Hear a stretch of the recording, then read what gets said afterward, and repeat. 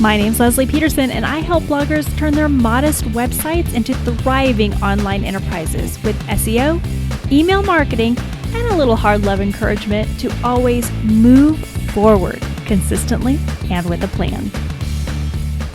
Hello, everybody.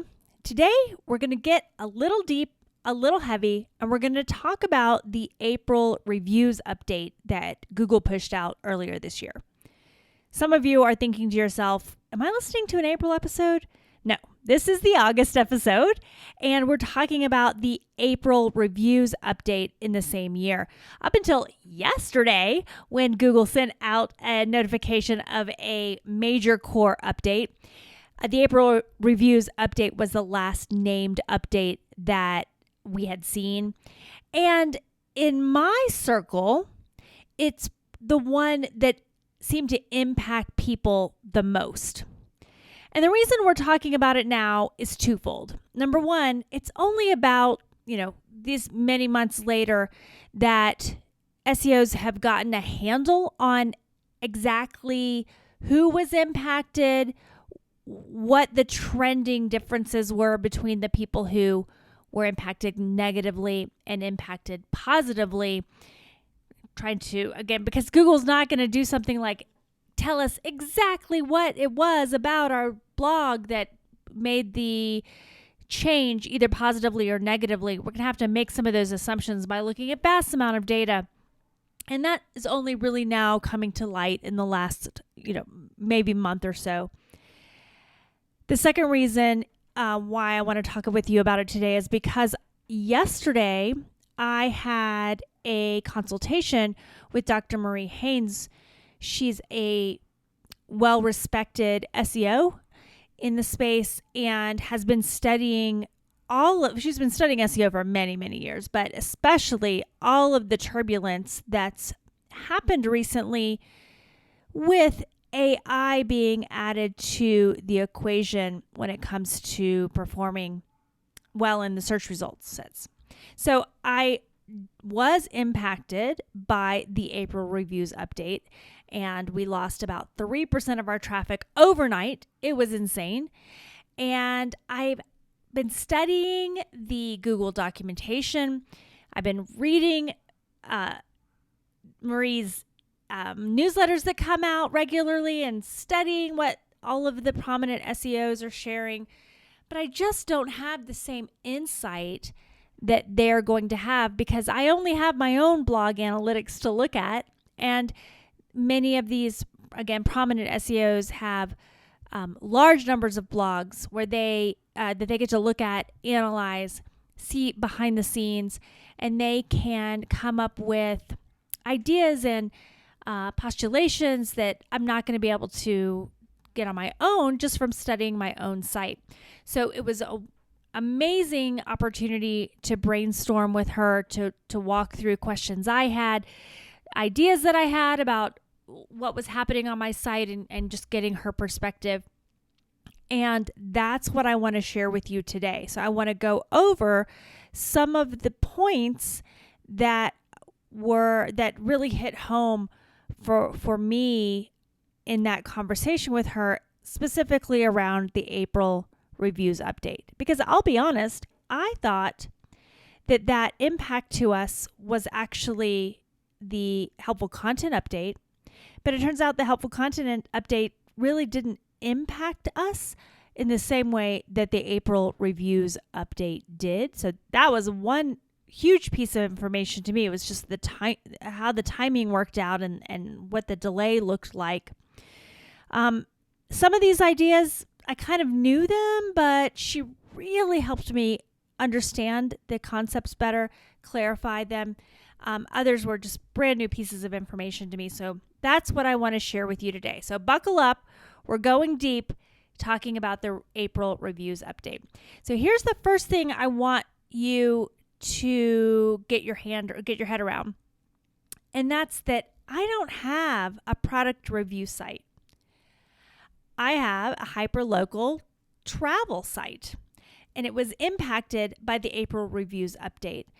Google changed the documentation in a couple different ways, but one of the most obvious ways that they changed their documentation was that they took the word product out of their guidelines. So it used to, the Google documentation used to outline the how to write a high quality product review. And now the documentation says how to write a high quality review.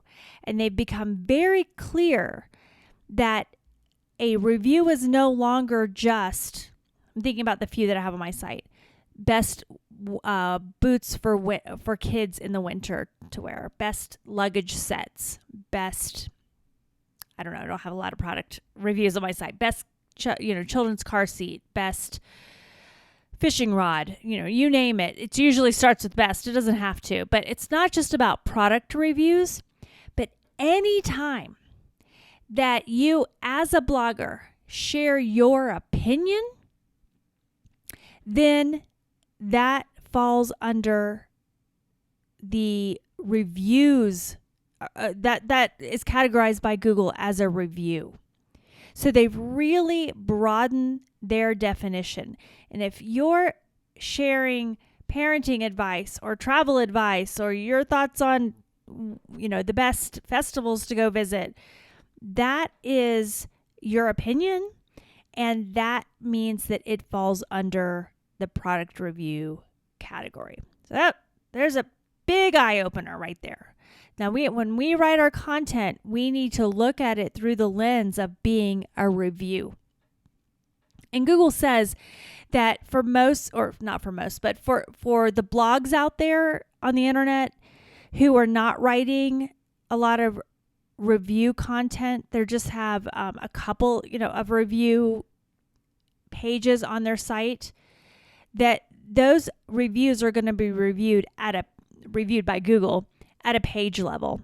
So if you're, let's say, if you're a hotel and you've got, for an analogy, you've got 100 pages on your website, and 80 of those pages are about the accommodations and how to book and what the pool looks like and that sort of thing. But then the other, let's say 20%, are about the things to do in the area, the best restaurants to go to, that sort of thing. Then your reviews are probably going to be evaluated by Google at a page level. This one worked well, this one didn't work well, and we'll talk about what well means in a little bit. But they were clear to say that if you have a substantial number of reviews on your site, then, and that's the word they use, substantial amount of review content is actually the language they use, then any content on your site is going to be evaluated by them. So a site-wide evaluation if you've got a substantial amount of review content. So if you're one of those bloggers, like a parenting blog or a travel blog, who is sharing your opinion on the regular, then chances are your entire site was being evaluated by the April reviews update. So again, for me, another eye opener. Now, maybe if you're a food blog, or if you're a blog that's really giving just a lot of facts and figures, then that's by definition not an opinion blog. So you are probably still going to be reviewed at that page level instead of the site level. But I think most of us within listening are going to fall under the, most of our site is a reviews site. Okay. Now, the next thing we did was actually look at Google's very own documentation about how to write a good review. And if you just go to Google Search Central, which is where all the documentation lies, and look under the documentation section and search for write high quality reviews, you're going to find the information that I'm talking about here today. And I will put a link to this in the show notes. But we're going to talk about 3 really important things when it comes to writing a review. I'm going to start with the eye opener for me. And that is that visuals, audio, so photos, video that you embed, that those are used as supporting evidence that you are an experienced, authentic reviewer. So I have posts on my site from, 2014 to places that I'll never go back to.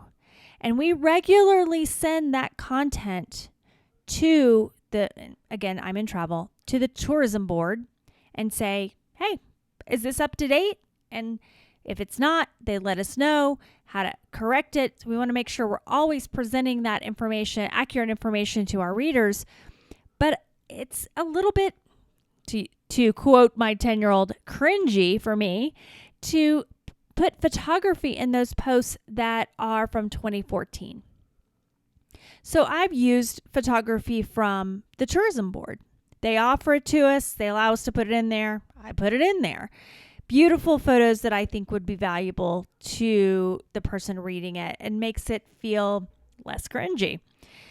And Mueller's been very clear to say it's okay to use stock photography. There's never been a problem using stock photography. There's still not a problem using stock photography. There's no penalty for it. But now there is a reward for using original, authentic visuals. So I asked Marie, I said, do I go back into those posts and take out that beautiful photo and put in my 2014 cringy photo? And her answer was yes. Blew my mind. Now, do we have evidence coming, was she wearing a lab coat, and while we were walking out of like a science project, there's evidence that this is going to change the trajectory of my traffic? No. It's only based on what she's seen and what we've read, but I'm willing to try it. So there's that. That's the first thing. The second thing is that Google's really demanding that when you write a review, that you give a really in-depth perspective to the person who's reading it. So much in-depth rewarded, summary, high level not rewarded.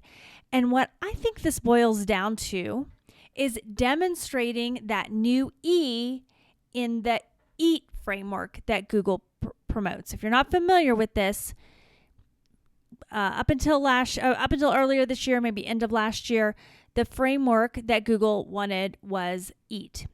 It wants your blog posts to demonstrate expertise, authority, and trust. And now they've come and added a second E, and that second E is experience. And this April reviews update was really about demonstrating that E, that experience, that really in-depth information. Hear me here when I say this, that cannot be gleaned by using an AI tool to write your content for you.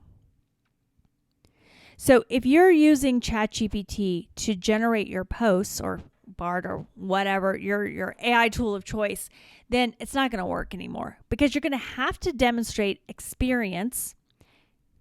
ChatGPT is not going on vacation with you. It's not going to be able to tell you what the sunset looked like and what the wind felt like in your hair. And in late July, Google came out and said that reviews that are primarily generated by AI are going to be marked as spam. So not only are they saying we want you to demonstrate experience and showcase your expert experience by giving the user a unique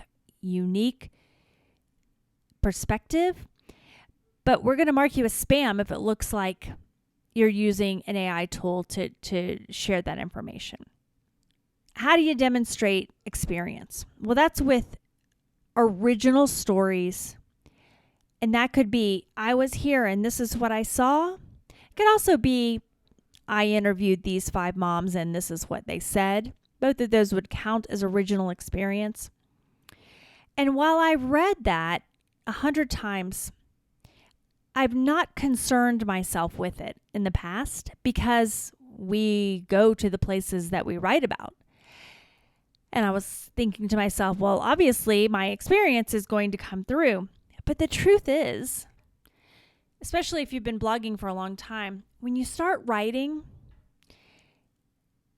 and you sit down to write another article and you want to do a good job, if you're writing for a client, you want to do a good job, but you get into a bit of a formula in the way that you write things. And it doesn't always, while it's always true and always accurate, it doesn't always come across as unique and distinct.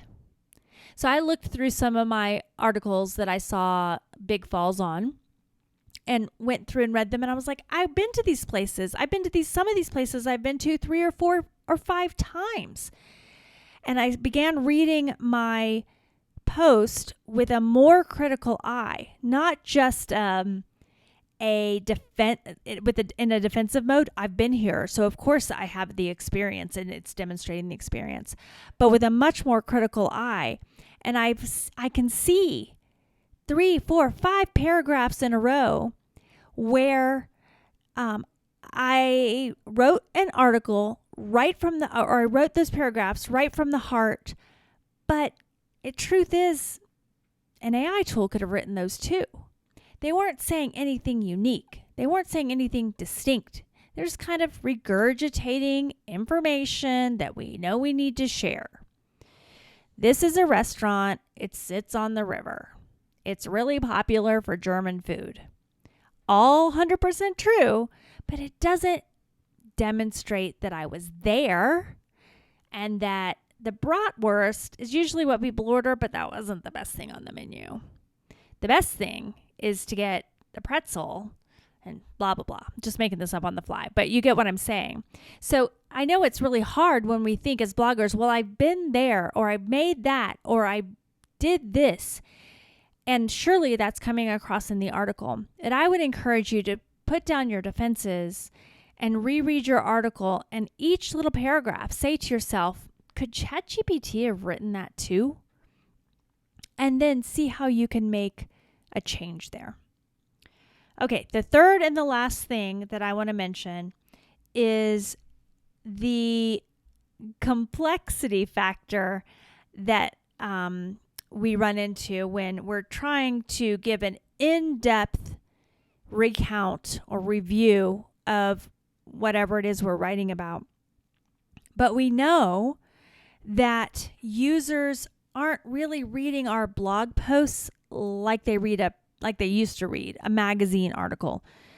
Readers are skimming that content, and we've got to make sure they understand the most important pieces of information right away, that their eyes capture that information, that information is given to them immediately, that we get right to the point, and that all the fluff is gone. I've talked to you guys for a long time about how important it is to cut the fluff from your site. I like to call them floaters. Get rid of the floaters. But it's more than just getting rid of the articles that aren't bringing value. There's another layer that we need to focus on, and that's looking within the articles that we think are good articles and actually cutting the unhelpful content from within that article. I think about it like decluttering. You've got a beautiful house. It's got beautiful furniture in it. It's designed magnificently. The layout is fantastic, but you can't see it because of all the crap. You've got to cut the crap and get right to exactly what you want to say, exactly what you want to get across. one thing that Marie said to me was, we were talking about a particular destination, and as she was trying to demonstrate the importance of this to me, and she lives in Canada, and she said, I've never been there. I'm here in Canada. So we're having coffee real quick, and I say, hey, why should I go there? What should I do when I go there? And I said, well, you should do this, this, and this. And she said, I had to scroll and scroll and scroll, and before I got to that information, it didn't stand out to me. And that was another one of those eye-opening moments. And I used to say to myself, well, I'm answering their question. I'm giving them all of that information, but that's not enough anymore. You've got to give it to them immediately and without any of the clutter. So those are the 3 things that I'm going to be adding to my content. Here's what I want to tell you about my process for that. I'm going to be taking an effort, and my team, to review a third of my content in this capacity before the next update.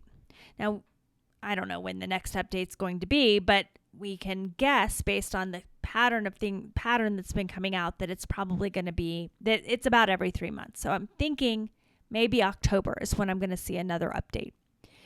Because if the whole site, because of the nature of my blog, the whole site's been impacted, then what Marie told me is that fixing one post and waiting a week or 2 to see if that made a difference doesn't happen anymore the way it used to. In order for the whole site to be reevaluated, I'm going to have to wait for that next update to come out, which means, number 1, that I don't know if any of this is going to work. Now, I believe it well enough that I'm going to be investing my time and my team's time into making it happen, but I don't know. I have no idea what's going to happen when I make these changes, if it's going to make a difference, if it's going to move the needle, if I'm going to see a return. At this point, right, a return would be good enough for me will be no more decreasing. And ideally, the improvements would increase the rankings of the content that I've got. The other thing I want to make sure that you understand is that even though it is a site-wide evaluation, it's not a penalty. There are other things that we get penalized for, but what Google was very clear about was that they're not penalizing you. They're actually just rewarding the people who've done what they asked, which is why a lot of SEOs saw small sites gain huge leaps and bounds in that update because they were rewarding them for going through this process where it might not have been rewarded in the past. So what are the things I'm focusing on? I had a team meeting today, and we talked about making sure that in that introductory paragraph, especially, that I get to the point, immediately get to the point. In fact, I told Kate, I said, for some of these places, I know you haven't been to all of them, but I want you to think, Leslie, I'm asking you, what are the most important things that I do when I get there? That information is available to you in the article. I want you to make sure that I'm answering that question for you in the introductory area. So cut the crap. Sorry for saying that again. Cut the clutter and focus on getting to the point as if I had 3 minutes in front of you, or let's say 30 seconds in front of you, for you to answer that question for me. So getting to the point, and then looking at the content that I've written, taking down my defense mechanism and saying, am I really offering information here that's distinct and unique? So even if I was there, is that clear? Is that clearly coming across? I'll give you an example of this. I have a post about a train ride, or it's a train ride is one of the things to do in the post. And I was reading through it, and it was like, they have open air cars, they have covered cars, and then they have a holiday train, and don't miss the fall train. I was like, gosh, this could have been written by somebody who wasn't passionately in love with this train ride. So I added some information in there. Not a lot. It ended up not being a lot of information because I took out all the fluff. And I was like, if you're going in the fall, you have to be in the open air car. You might be a little bit nervous about being cold. Don't worry. You're going to be fine. Even if you had kids, I had the 3-year-old on the first time we took this train ride, and he was fine. It wasn't exactly the way I said it, but you can get the point here that I'm offering information about my experience that's also helpful to my reader. That's not something that an AI tool would know. And then finally, I'm going to go back and find all those cringy photos and replace them with the photos that I got from the tourism departments. I don't have a photo for everything. For example, we went to San Juan Islands and there was a fire, so you couldn't even, if I took a picture, I couldn't see anything 4 feet in front of me. So I have to just go with the stock photography there. But every time I can, I'm going to pick a low quality original photo over a beautiful stock photo. I'm going to go back and fix that, and I'm going to make that decision going forward. I hope that wasn't too overwhelming for you. I hope that you found it helpful. It was a lot of really deep, meaty information, maybe a yawner for some of you. It's the kind of thing that gets me excited, which is why I wanted to share it with you. But here's the thing I want you to understand. I have been studying SEO for years and years, and it's one of those things that I get really excited about. I mean, I would rather, 8 o'clock at night and everybody's chilling out, I would rather learn about the last Google update than watch a new show on TV. That's where I am. And this is still difficult for me. And even Marie said, she's been studying this longer than I have and much more intensely than I have. And she said, there's still things I don't know and I don't understand. The whole Google and search landscape is changing, and it's changing so rapidly and in such a disruptive manner that it's, even if SEO was hard for you before, this is hard now also. So don't beat yourself up if you're thinking to yourself, I understood 2 things she said in that entire 30 minutes. That's okay. Implement those 2 things because that's probably going to help you. Don't beat yourself up if you think it's too difficult right now.